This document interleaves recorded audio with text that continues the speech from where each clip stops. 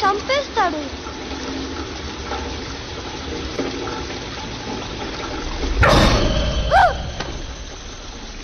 Hello Joji,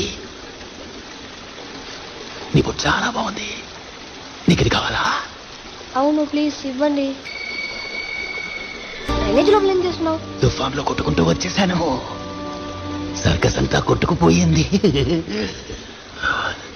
సరే, నేను ఇంటికి వెళ్తాను.